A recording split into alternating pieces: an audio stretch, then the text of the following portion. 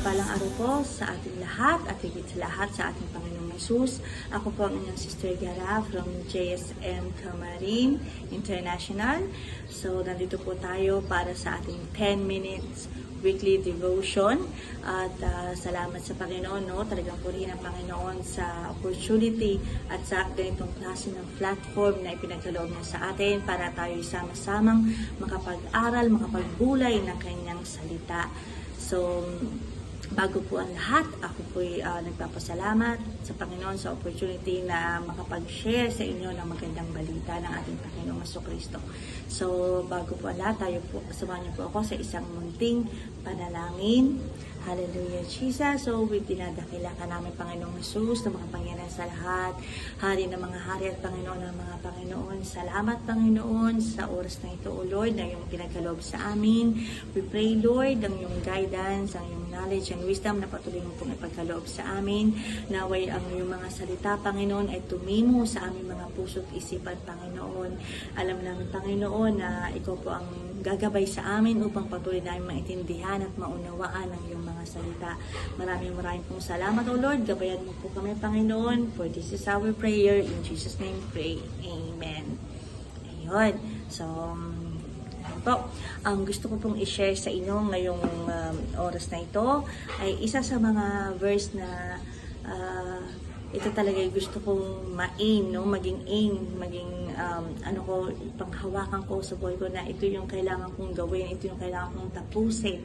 So ito po ang mababasa natin sa Book of Acts, chapter 20 verse 24. Sabi, subalit walang halaga sa akin ang aking buhay, magawa ko lamang ang aking tungkulin na matapos at gawain tinanggap ko mula sa Panginoong Hesus, ang pagpapahayag ng magandang balita tungkol sa kagandahang loob ng Diyos para sa tao. So, kung binabasa ko po itong verse na to, sabi ko, my existence has a purpose, no? Na merong task para sa akin ng Panginoong Hesus that I need to fulfill, no? Hindi lang pala ako pinanganak for nothing, but merong greater plan and purpose ng Panginoon sa buhay ko. So, yung our existence, no, na hindi lang tayo pinanganak na wala lang, no? Hindi tayo nandito sa mundo para lang mag-enjoy kung anong gusto natin gawin, but merong task na gustong pinapagawa sa atin ng ating Panginoong Hesus. So, like what Apostle said, no, na walang halaga ang buhay, magawa niya lamang kanyang tungkulin na matapos ang gawaing tinanggap natin mula sa Panginoong Hesus.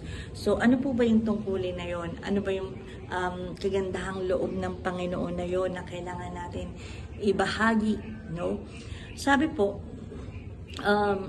kung ating babasahin ng Biblia, meron pong tatlong impormasyon na ibinibigay sa atin ito, no? Ang una, ang ating creation, kung paano tayo ginawa, kung saan tayo nagmula, kung paano tayo ginawa ng ating Panginoong Hesus.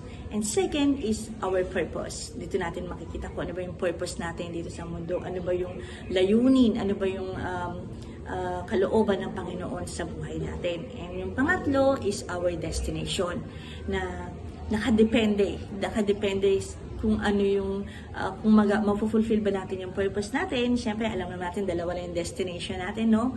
So, yung pinaka-final destination natin. So, it depends kung magawa natin, mafulfill natin yung purpose ng Panginoon sa atin.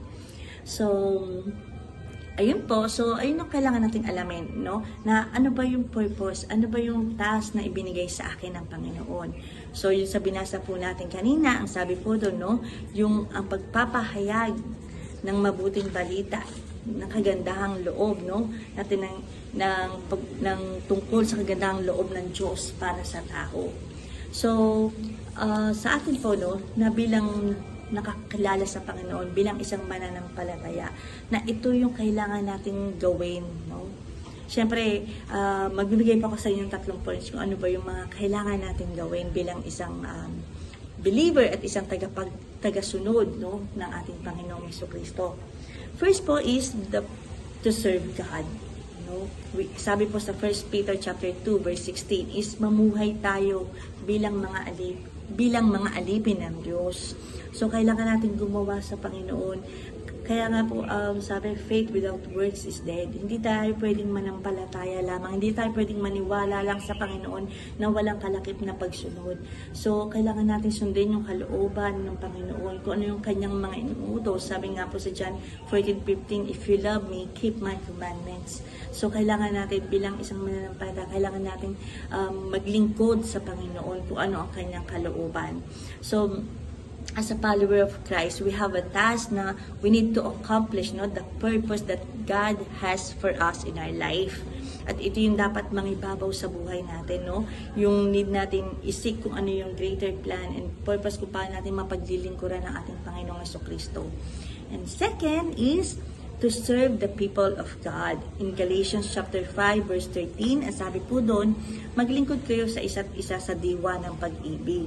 So, kailangan tayo bawat mananampalataya kung bakit tayo meron devotion, meron tayong mga Bible study, meron tayong mga prayer meeting, meron tayong mga Sunday service, meron tayong mga klaseng ganito, no, na pagtitipon, na pag-aaral ng salita ng Panginoon is para tayo magpalakasan sa ating mga espiritual, no, na kailangan mapakita natin ang ating pagmamahal sa bawat isa. Kasi as bilang iglesia ng Panginoon, no, na bilang katawan ng katawan ni Kristo, is kailangan lahat tayo sama-samang mag-function. Kailangan sama-sama tayong ma-engage sa gawain ng Panginoon, na dapat magkaroon tayo ng one goal na to glorify and to honor Jesus Christ, no? Na dahil kasi meron tayong common denominator, no? Syempre yung Holy Spirit na ipinagkaloob sa atin ng Panginoon. Dahil simula nang tinanggap natin ang ating Panginoong Jesucristo, ay binigyan niya tayo ng kanyang banal na espiritu, no? So ayun po yung parang pinaka nagbubuklod sa bawat mananampalataya, ano? So kailangan din mapakita natin yon bilang pagsiserve sa pagsiserve sa kapwa mananampalataya natin is yung sama-sama tayong nagpupurit, sumasamba sa ating Panginoong Jesucristo. And last is to serve a world that needs God. In 1 Corinthians chapter 9:19, sabi po doon, malaya ako pero hindi alipin inuman, ngunit nagpaalipin ako sa lahat upang makahikayat ako ng marami sa Panginoon. So, ayun nga po yung pinakatungkulin natin sa ating Panginoon, no? Yung pagpapahayag ng ating Panginoong Jesucristo sa mga hindi pa nakakakilala sa Kanya, no? By introducing Jesus to the world, no? Especially sa mga nangangailangan ng Panginoong Jesucristo sa buhay nila. So, by spreading the good news, no? This is our great commission na talagang bago umakyat ang Panginoon sa kalangitan nung siya'y muling nabuhay, no? Ito yung bilin niya sa atin, no, na go ye and preach the gospel.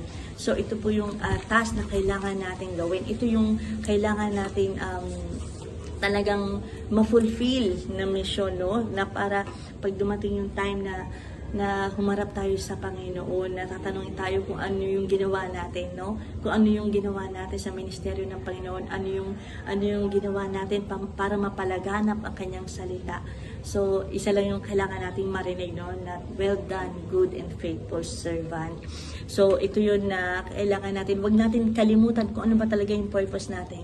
Na minsan nanineglect natin, na minsan nagiging busy tayo sa mga buhay-buhay natin at nakakalimutan na natin kung ano ba talaga yung purpose at ano ba yung pinapagawa sa atin ng Panginoong Jesucristo. So, ayun po, ayun nga po yung sa verse na sinay ko sa inyo kanina, no? Nagaya ni Apostol Pablo na walang halaga. So, bago tayo lumisa dito sa mundo ito, kailangan magkaroon tayo ng legacy. Meron tayong magawa natin yung purpose ng ating Panginoon, no?